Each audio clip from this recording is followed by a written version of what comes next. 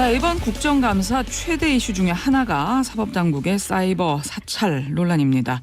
어제 경찰청 국감에서는요, 경찰이 카카오톡뿐만 아니라 네이버 밴드, 스마트폰 내비게이션 애플리케이션까지 들여다봤다는 주장이 나오면서 광범위한 사찰이 이루어지고 있다는 의혹이 제기됐는데요. 관련해서 새정치민주연합 정청래 의원 연결해서 말씀 들어보도록 하겠습니다. 의원님 안녕하세요. 네, 안녕하십니까. 정청래입니다. 예, 어제 국감에서 네. 네이버 밴드 사찰 의혹 제기하셨는데 말이죠. 어떤 식으로 사찰을 했다는 건가요?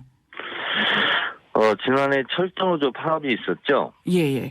그래서 철도노조 분 중에 한 분에게 통화 내역, 그 발신국, 기지국 위치 포함해서 밴드를 영장을 쳐서 압수수색을 했다 하는 것을 동대문 경찰서에서 이제 본인에게 알려준 거죠. 그런데 심각한 것은 밴드에 본인이 이렇게 대화하고 한 것만 영장에 포함된 것이 아니라 그분이 그 노조원이 상대방에게 했던 대화를 했지 않겠습니까? 그 상대방의 신원 부분까지 가입자 정보 및 송수신 내역을 털려고 했던 거죠. 그것이 제가 갖고 있는 것이 동대문 경찰서에서 그분에게 보내준 건데 이것이 이제 이분만 했겠냐? 다른 철도 노조원도 그렇게 하지 않았겠냐? 근데 이 철도 노조원뿐만 한 것이 아니라 그분과 대화한 상대방의 신원까지 정보까지 가져가려고 했다 하는 것이 알려지면서 큰 파장을 일으킨 거죠. 뭐 수십 명이 될 수도 있고 수백 명이 될 수도 있겠네요. 네, 그렇습니다. 예, 그렇고요. 그런데 경찰이 이런 사실은 통보를 하긴 했다는 거고요. 그러니까 보통 이건 안 해줄 수가 없거든요. 피의자의 압수수색 영장을 발부해서 이런 내용을 했다 하는 것은 본인에게 알려주게 돼 있거든요.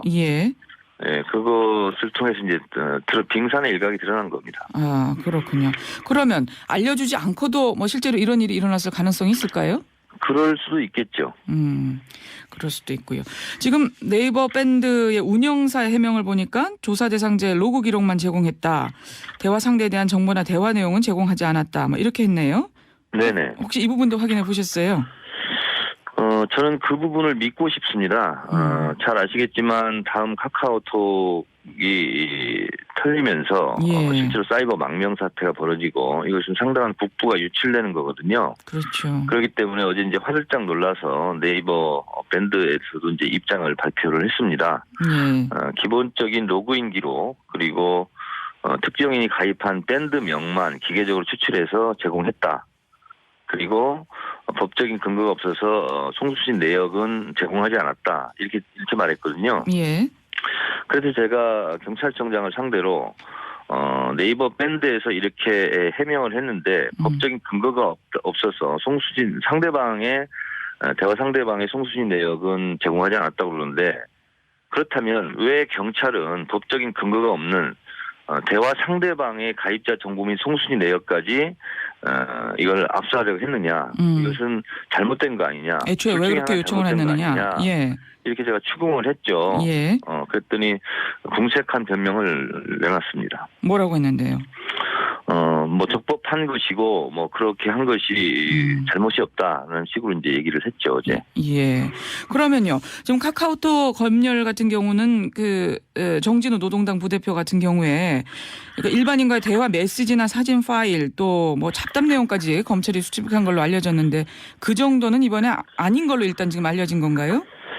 현재까지는 일단 네이버 밴드 측에서 기본적인 로그인 기록과 가입한 밴드 명만 기계로 추출했다고 발표는 했는데 저는 믿고 싶지만 이것은 추후에 더 조사를 해볼 일이다 이렇게 생각하고요. 그렇군요.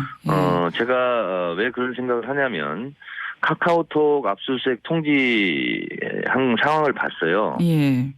그래서 카카오톡 압수한 걸 보니까 조금 어려운 부분인데요. 통신자료, 통신사실 확인 자료, 감청영장 이건 이제 통신제한 조치라고 그러거든요. 이거에 대해서 카카오톡이 경찰에 정보를 제공한 현황을 제가 입수를 했어요. 근데 이제 통신자료는 영장 없이 청구하는 거기 때문에 그것은 거의 응해주지 않았습니다. 그런데 통신사실 확인 자료 이것은 송수신 내역, 위치 추정 뭐 이런 것이 이제 포함된 거거든요. 예. 이거에 대한 요청 건수는 2013년, 2014년 이렇게 보니까요. 예. 80% 정도를 제공을 했어요. 그리고 통신 제한 조치는 이제 감청 영장이거든요. 예. 이것도 보니까 90% 이상 응해줬거든요. 예. 그렇기 때문에 이런 걸로 봐서 예. 압수수색 영장을 법원에서 발부받았을 때 실제로 업체에서 거부할 수 있는 힘이 있느냐. 이런 의심이 있는 거죠. 그러네요. 그렇기 예. 때문에 다음 카카오의 이서구 사장이 어제 긴급 기자회견을 통해서 예. 영장을 갖고 와도 우리는 내주지 않겠다. 감청영장에 응하지 않겠다 이렇게 밝혔죠. 예. 공무집행 방해죄에 해당되지 않느냐는 기자의 질문에 그 죄는 내가 그냥 안고 가겠다 이렇게까지 얘기했거든요. 그만큼 지금 다음 카카오톡이 위기 상황을 겪고 있는 거죠. 예. 네이버 밴드도 압수수색 영장을 가지고 왔는데 정보를 제공을 안 하는 것이 이게 쉽겠느냐.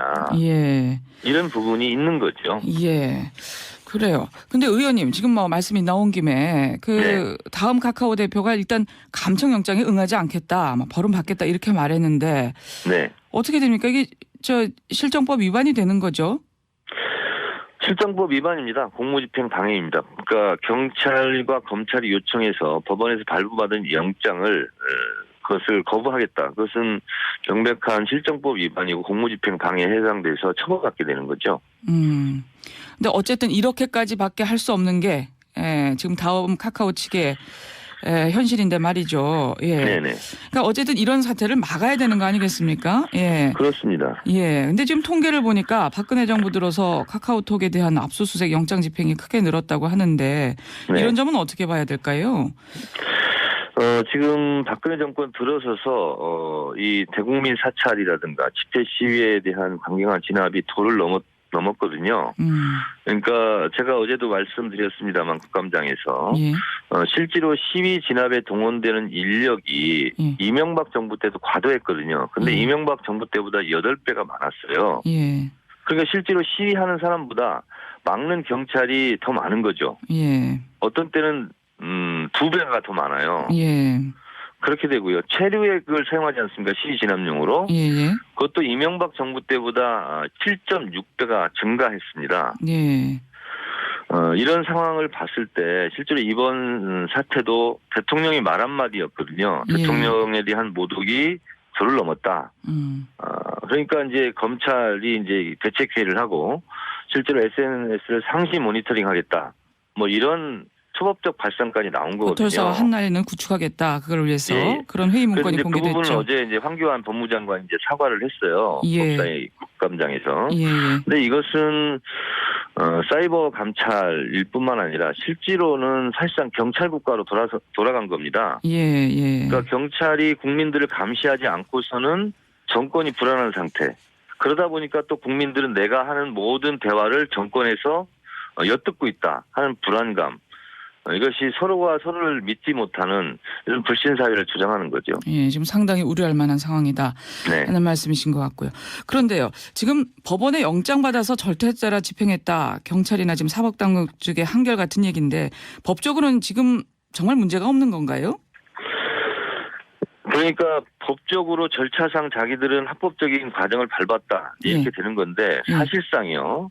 어제 네이버 밴드 그 관계자도 밝혔듯이 실제로 대화하는 사람뿐만 아니라 대화하는 상대방의 정보까지 요구하는 것은 과도하고 이건 법적으로 문제가 있다라고 얘기했지 않습니까?